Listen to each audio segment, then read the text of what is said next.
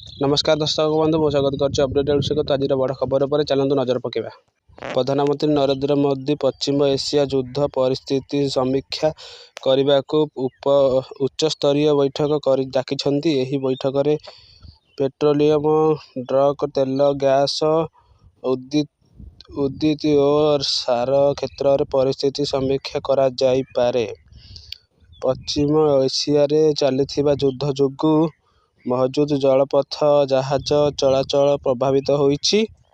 यह भारतर इंधन योजना बड़ धारण चैलेंज सृष्टि करिछि। प्रधानमंत्री Modi cabinet committee of security रो बैठक एही समस्या समाधान पई आलोचना करिसंती। भारत विश्वर बड़ तैल आमदानी देश अटे।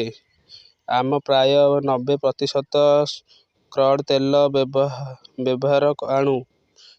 ता मध्यरु अधिकांश पश्चिम एशियारू आसे एवं मौजूद जलपथ देई जाए। एही जलपथरे आक्रमण अस्तित्व जोगु जहाज चलाचल कष्टकर होइछि। यह केवल तैल नुहे, एलपीजी एवं एलपीएनजी जोगाण मध्य प्रभावित करुछि। भारतर प्राय 60% एलपीजी आमदानी मौजूद देई हुए।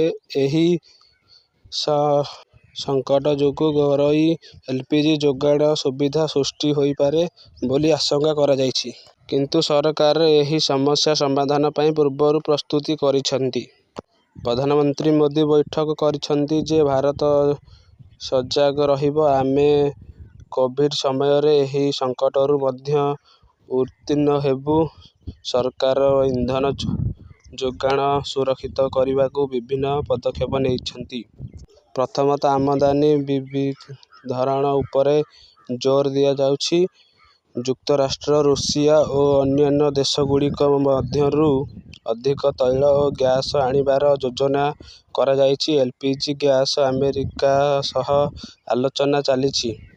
द्वितीयतः रणनीतिक तैल भंडार पूर्ण करा जाइछि। वर्तमान पेट्रोलियम निर्यात 5.3 मिलियन टन अछि एवं एहाकू 6.5 मिलियन टन करिबार लक्ष्य करा जाइछि। भारतीय घरोई उत्पादन बढ़ाइबा उपरे ध्यान दिया जाइछि कि कोयला भंडार प्रस्तुत करा जाइछि जहा विद्युत उत्पादकू प्रभावित करे। कृषक पाई सार जोगाण सुरक्षित करने को मध्य पदक्षेप निया जाइछि। प्रधानमंत्री कहिसंती जे मौजूद संकट सत्वे देश इंधन समस्या समाधान पई समस्त विकल्प विचार करा जाउछि। हजार गुड़िकू सुरक्षित भावे आनिबाको पई सैन्य सेना सहायता एवं विमान व्यवस्था विषय रे आलोचना करा जाउछि।